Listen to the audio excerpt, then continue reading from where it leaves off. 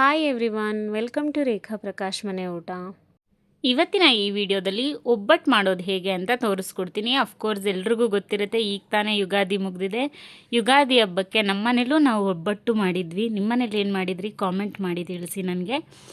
ಮತ್ತು ನಮ್ಮನೇಲಿ ವಿಶೇಷ ಏನಂತ ಅಂದರೆ, ನಾವು ಮೈದಾ ಯೂಸೇ ಮಾಡಲ್ಲ ಒಬ್ಬಟ್ಟು ಮಾಡಬೇಕಾದ್ರೆ. ತುಂಬ ಚೆನ್ನಾಗಾಗುತ್ತೆ ಮೈದಾ ಯೂಸ್ ಮಾಡ್ದೆಲ್ಲೂ ಹೇಗೆ ಒಬ್ಬಟ್ಟು ಮಾಡ್ತೀವಿ ಅಂತ ಈ ವಿಡಿಯೋದಲ್ಲಿ ಹೇಳ್ಕೊಡ್ತೀನಿ ನಾನು ನಿಮಗೆ.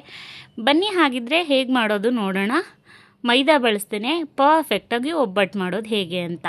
ಮೊದಲಿಗೆ ನಾನಿಲ್ಲಿ 2 ಕಪ್ಪು ಚಿರೋಟಿ ರವೆ ತೊಗೊಂಡಿದ್ದೀನಿ.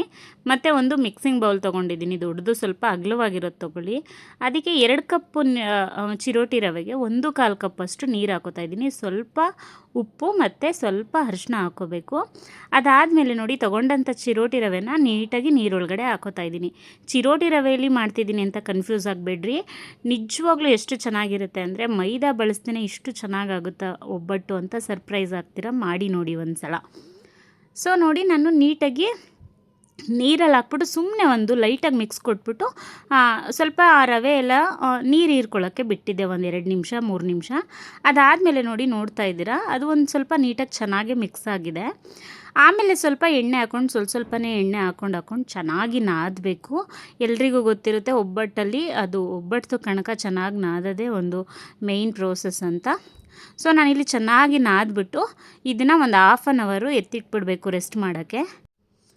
1/2 ಅವರ್ ಆದಮೇಲೆ ನೋಡಿ, ನಾನು ತೋರಿಸ್ತಾ ಇದ್ದೀನಿ. ಸ್ವಲ್ಪ ಕೈಗೆ ಎಣ್ಣೆ ಸವರ್ಕೊಂಡು ಈ ಥರ ನೋಡಬೇಕು, ಚೆಕ್ ಮಾಡ್ಕೋಬೇಕು ಹೇಗೆ ಬಂದಿದೆ ಅಂತ, ಕನ್ಸಿಸ್ಟೆನ್ಸಿ ಎಲ್ಲ ಚೆನ್ನಾಗಿದೆಯಾ ಅಂತ.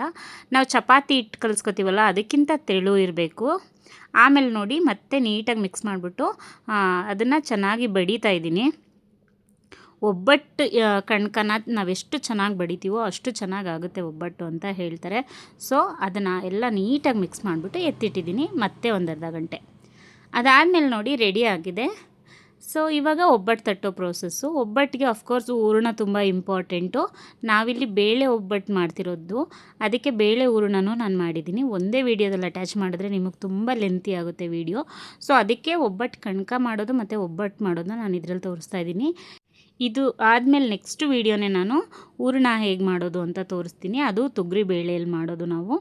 ಸೊ ಅದನ್ನು ನಾನು ನೆಕ್ಸ್ಟ್ ವೀಡಿಯೋದಲ್ಲಿ ಹಾಕ್ತಾಯಿದ್ದೀನಿ ನೋಡಿ. ಈಗ ಒಬ್ಬಟ್ಟು ತಟ್ಟಕ್ಕೆ ನಾನು ಒಂದು ಪೋರ್ಷನ್, ಒಂದು ನಿಂಬೆಹಣ್ಣಿಗಿಂತ ಸ್ವಲ್ಪ ದಪ್ಪ ಸೈಜಲ್ಲಿ ನಾನು ಕಣಕನ ತೊಗೊಂಡಿದ್ದೀನಿ. ಅದನ್ನು ಈ ಥರ ನೀಟಾಗಿ ಸ್ಪ್ರೆಡ್ ಮಾಡಿಬಿಟ್ಟು ಹೂರಣನ ನಿಮ್ಗೆ ಎಷ್ಟು ಬೇಕೋ ಅಷ್ಟನ್ನು ಹಾಕ್ಕೋಬೇಕು. ಅದಾದಮೇಲೆ ನೋಡಿ, ಈ ಥರ ನೀಟಾಗಿ ಫೋಲ್ಡ್ ಮಾಡಿಕೊಂಡು ಹೊತ್ತಬೇಕಾಗುತ್ತೆ.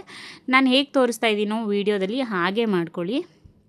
ನಾನಿಲ್ಲಿ ಒಂದು ಪೇಪರ್ ಯೂಸ್ ಮಾಡಿದ್ದೀನಿ, ಕೆಳಗಡೆ ತಟ್ಟೆ ಇಟ್ಕೊಂಡಿದ್ದೀನಿ. ನೀವೇನಾದರೂ ಯೂಸ್ ಮಾಡ್ಬೋದು. ಫಾರ್ ಎಕ್ಸಾಂಪಲ್ ಚಪಾತಿ ಮಣೆ ಅಥವಾ ಒಬ್ಬಟ್ಟು ಶೀಟು ಅದೆಲ್ಲ ಬರುತ್ತಲ್ಲ, ಅದನ್ನೆಲ್ಲ ಯೂಸ್ ಮಾಡ್ಬೋದು. ಈ ಥರ ನೀಟಾಗಿ ನಿಧಾನಕ್ಕೆ ಪ್ರೆಸ್ ಮಾಡಿಕೊಂಡು ಒಬ್ಬಟ್ಟನ್ನ ಒತ್ಕೋಬೇಕಾಗುತ್ತೆ. ನೋಡ್ತಿದ್ದೀರಲ್ವ ಹೀಗೆ. ಮತ್ತು ಎಡ್ಜಸ್ನ ಮಾತ್ರ ಕೇರ್ಫುಲ್ಲಾಗಿ ಒತ್ತಿ, ಯಾಕಂದರೆ ಎಷ್ಟೊಂದು ಜನ ನೋಡಿದ್ದೀನಿ ನಾನು, ಒಬ್ಬಟ್ಟು ಎಡ್ಜಸ್ಸಲ್ಲಿ ಬರೀ ಅದು ಆ ರವೆ ಹಿಟ್ಟೇ ಇರುತ್ತೆ, ಅಲ್ಲಿ ಹೂರಣ ಸ್ಪ್ರೆಡ್ಡೇ ಆಗಿರಲ್ಲ, ಆ ಥರ ಒತ್ತುತ್ತಾರೆ. ಆ ಥರ ಮಾಡಬಾರ್ದು. ಒಳಗಡೆ ಇರೋ ಹೂರಣ ಕಂಪ್ಲೀಟಾಗಿ ಒಬ್ಬಟ್ಟಿಗೆ ಸ್ಪ್ರೆಡ್ ಆಗೋ ಥರ ಚೆನ್ನಾಗಿ ಒತ್ಕೋಬೇಕು ಈ ಥರ. ಇದಾದಮೇಲೆ ನೋಡಿ, ನಾನೊಂದು ತವ ಇಟ್ಕೊಂಡು ಅದಕ್ಕೆ ಸ್ವಲ್ಪ ಎಣ್ಣೆ ಸ್ಪ್ರೆಡ್ ಮಾಡ್ಕೋತಾ ಇದ್ದೀನಿ. ಕಾದಿರುವಂಥ ತವ ಮೇಲೆ ಒತ್ತಿರುವಂಥ ಒಬ್ಬಟ್ಟನ್ನ ಫ್ಲಿಪ್ ಮಾಡಿದ್ರೆ ಆಯಿತು. ಒಬ್ಬಟ್ಟನ್ನ ಚೆನ್ನಾಗಿ ಬೇಯಿಸ್ಕೊಂಡ್ರೆ ತುಂಬ ಚೆನ್ನಾಗಾಗುತ್ತೆ. ಮತ್ತು ಯಾರ್ಯಾರ ಮನೆಯಲ್ಲಿ ತೊಗರಿಬೇಳೆ ಒಬ್ಬಟ್ಟು ಮಾಡ್ತೀರಾ ನನಗೆ ಕಾಮೆಂಟ್ ಮಾಡಿ. ತುಂಬ ಜನ ಕಡಲೆಬೇಳೆ ಒಬ್ಬಟ್ಟು ಮಾಡ್ತಾರೆ. ಇನ್ಫ್ಯಾಕ್ಟ್ ಅದು ಚೆನ್ನಾಗಿರುತ್ತೆ. ಕಾಯಿ ಒಬ್ಬಟ್ಟು ಚೆನ್ನಾಗಿರುತ್ತೆ, ಕೊಬ್ಬರಿ ಒಬ್ಬಟ್ಟು ಚೆನ್ನಾಗಿರುತ್ತೆ, ತುಂಬ ವೆರೈಟೀಸ್ ಹೋಳಿಗೆಗಳಿರುತ್ತೆ. ಅದು ತುಂಬ ಚೆನ್ನಾಗಿರುತ್ತೆ. ಒಬ್ಬಟ್ಟಲ್ಲಿ ಯಾವುದಕ್ಕೂ ಇದೇ ಇಲ್ಲ, ಅಷ್ಟು ಚೆನ್ನಾಗಿರುತ್ತೆ, ಎಲ್ಲನೂ ಚೆನ್ನಾಗಿರುತ್ತೆ. ಸೊ ನಿಮ್ಮ ಮನೇಲಿ ಯಾವುದು ಒಬ್ಬಟ್ಟು ಮಾಡಿದ್ರಿ ಈ ಯುಗಾದಿ ಹಬ್ಬದಲ್ಲಿ ಅಂತ ನನಗೆ ಕಾಮೆಂಟ್ ಮಾಡಿ. ಸೊ ನೋಡಿ, ನಾನು ನೀಟಾಗಿ 2 ಸೈಡ್ ಚೆನ್ನಾಗಿ ಬೇಯಿಸ್ಕೊಂಡು ಒಂದು ಪ್ಲೇಟಿಗೆ ತೆಗೆದಿಟ್ಟಿದ್ದೀನಿ. ಒಬ್ಬಟ್ಟು ಎಷ್ಟು ಪರ್ಫೆಕ್ಟಾಗಿ ಆಗಿದೆ ಅಂತ ಯಾರಾದರೂ ಗೆಸ್ ಮಾಡೋಕ್ಕಾಗುತ್ತಾ? ಇದಕ್ಕೆ ನಾವು ಮೈದಾನೇ ಯೂಸ್ ಮಾಡಿಲ್ಲ ಒಂದು ಸ್ವಲ್ಪನೂ, ಅಂದರೆ ನೋ ಚಾನ್ಸ್.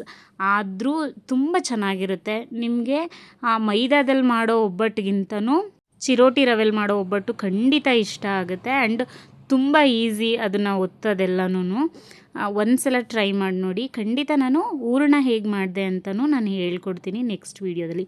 ಈ ವಿಡಿಯೋ ಇಷ್ಟ ಆಗಿದರೆ ಲೈಕ್ ಮಾಡಿ, ಶೇರ್ ಮಾಡಿ, ಹಾಗೆ ಕಾಮೆಂಟ್ ಮಾಡಿ, ಸಬ್ಸ್ಕ್ರೈಬ್ ಮಾಡೋದು ಮಾತ್ರ ಮರಿಬೇಡಿ. Thank you so much.